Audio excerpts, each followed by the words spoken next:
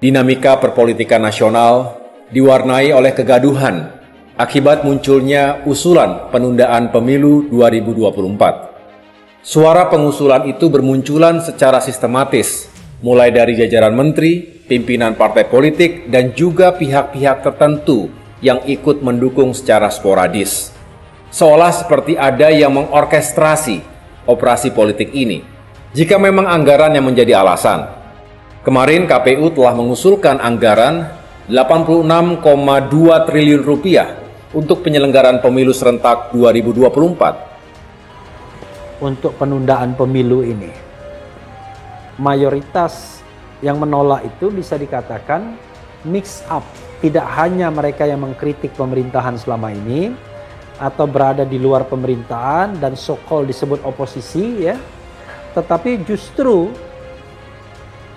the ruling party sendiri dan anggota-anggotanya tadi seperti Masinton, Budiman Sujatmiko, kemudian juga partai sendiri PDIP juga menolak perpanjangan masa jabatan.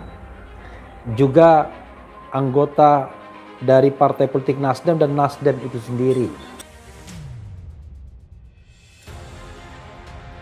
Jika anggaran itu yang dikeluhkan, mengapa di tengah pandemi ini pula pemerintah hendak menggelontorkan anggaran lebih dari 500 triliun rupiah untuk pembangunan ibu kota baru, yang lebih dari separuh akan dibiayai oleh APBN?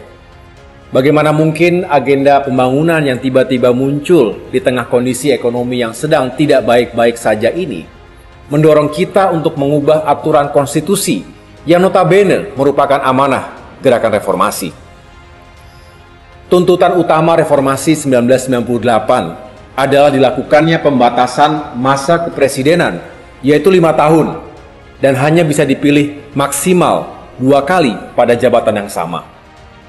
Alasannya, sebelum reformasi selama 3 dekade lamanya, telah terjadi praktik-praktik pelanggengan kekuasaan yang secara paralel juga menumbuh suburkan praktik-praktik KKN, korupsi, kolusi, dan nepotisme. Ingat, power tends to corrupt. Absolute power corrupts absolutely. Semua itu menyengsarakan rakyat dan menghadirkan rasa ketidakadilan. Nah, mempercepat pemilu itu konstitusional. Yang nggak boleh adalah memperlambat pemilu. Kan konstitusi kita hanya mengatur syarat-syarat percepatan pemilu, yaitu impeachment. Tidak mengatur syarat-syarat penundaan pemilu.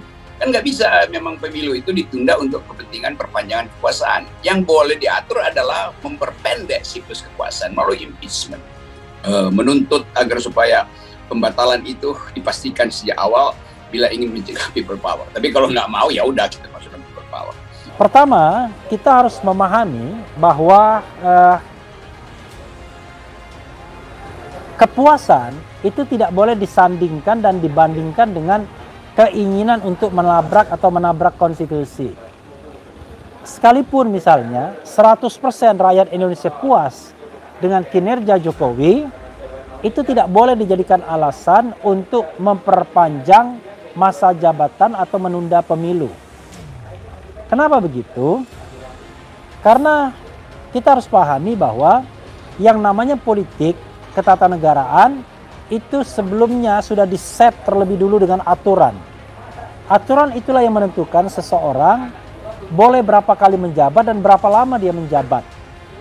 Sepanjang dia tetap fit and proper, tetap memenuhi syarat, tidak melakukan hal-hal yang bisa membuat dia dimaksudkan, maka maksimal menjabat adalah 5 tahun untuk 1 periode, dan kemudian kalau menjabat lagi berarti tambah 5 tahun, maksimal 10 tahun. Dengan tingkat kepuasan 100% pun Pak Jokowi hanya halal untuk menjabat selama 10 tahun.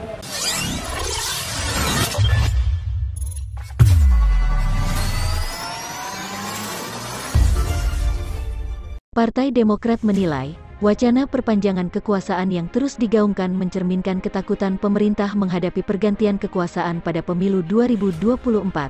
Wasekjen Partai Demokrat Jovan Latukonsina menegaskan, pemilu 2024 belum dilaksanakan, pemerintah sudah mengalami post-power syndrome. Ini namanya pre-post-power syndrome, jadi belum selesai kekuasaan, sudah takut kehilangan kekuasaan, ujarnya. Padahal agenda reformasi itu cuma satu, yakni membatasi kekuasaan, yakni cukup 2 periode, tanpa perpanjangan jabatan hingga 3 periode, termasuk menunda pemilu. Bahkan pasca reformasi, alih-alih tunda pemilu, yang ada justru malah percepatan pemilu. Lah sekarang dengan kondisi KPU yang jauh lebih baik dan pengalaman, kenapa kita berpikir tunda pemilu, kata Jovan. Jovan mengapresiasi ketegasan sikap Ketum Partai Demokrat Agus Harimurti Yudhoyono, Ketum PDIP Megawati Soekarnoputri, dan Ketum Nasdem Surya Paloh yang menolak penundaan pemilu dan wacana Presiden 3 periode. Beliau-beliau ini tahu betul konsekuensi dari mengkhianati demokrasi ini. Rakyat bisa jadi korban. Bukan tidak mungkin TNI Polri akan dijadikan alat untuk membungkam ketidaksetujuan rakyat, ucapnya. Jovan mengingatkan semua pihak untuk berkaca pada sejarah yang mengajarkan apabila rakyat terus ditekan dan ditakut-takuti mereka akan melawan balik. Kita khawatirkan mereka akan tiba pada satu titik untuk melawan balik, sehingga bisa terjadi perpecahan besar. Konsekuensi inilah yang dihindari oleh kita semua. Pergantian kekuasaan adalah sesuatu yang alamiah dalam sejarah, dan sudah dijamin dalam konstitusi kita. Jika ini diutak-atik terus dengan berbagai alasan, sejarah 1998 mengajarkan pada kita bagaimana publik melakukan koreksi dengan sendirinya, tegas Jovan. Jovan juga mengkritisi pernyataan Menko Kemaritiman dan Investasi Luhut Binsar Panjaitan yang kembali menggaungkan wacana perpanjangan kekuasaan dengan alasan riset big data yang menunjukkan aspirasi publik, termasuk klaim beberapa ketua umum partai politik yang menyatakan ada aspirasi rakyat untuk menunda pemilu. Hal itu justru dibantah oleh sejumlah survei lapangan yang dilakukan nasional, termasuk klaim Luhut yang juga dibantah sejumlah pakar big data karena jumlah datanya tidak sesuai dengan kenyataan di lapangan. Di mana setelah diteliti ulang, hasilnya lebih banyak yang menolak ketimbang menunda pemilu. Pernyataan Pak Luhut Panjaitan dengan dalih riset big data ini hanya akal-akalan saja.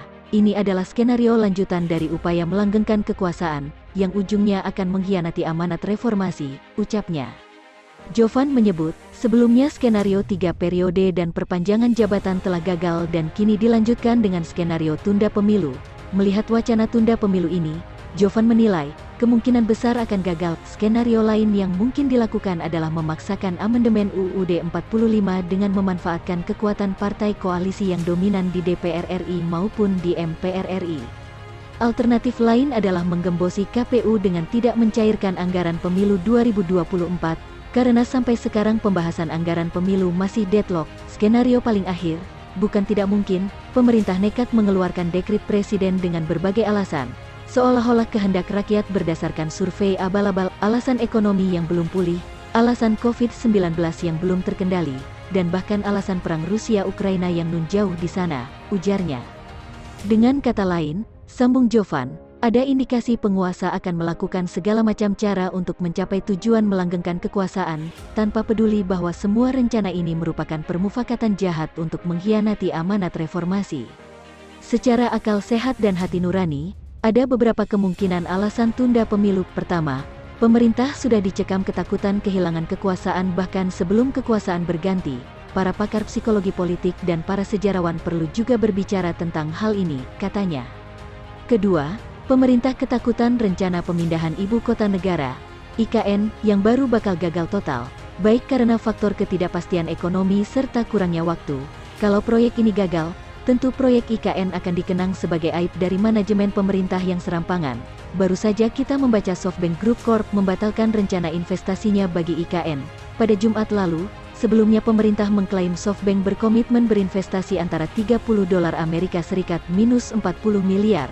Mundurnya SoftBank ini tentunya merefleksikan ketidakyakinan investor akan kesuksesan dari proyek ini, jelas Jovan.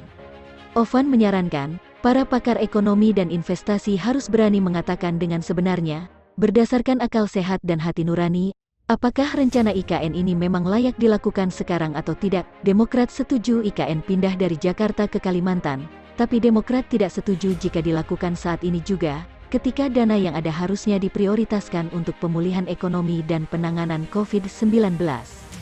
Jangan kehendak rakyat untuk melaksanakan pergantian kekuasaan secara konstitusional melalui pemilu diutak-atik hanya karena elit kekuasaan gagal mengatasi post-power syndrome atau untuk menyelamatkan proyek mercusuar yang merupakan kepentingan elit. Rakyatlah pemegang kedaulatan di negeri ini, pemerintah melayani rakyat bukan sebaliknya.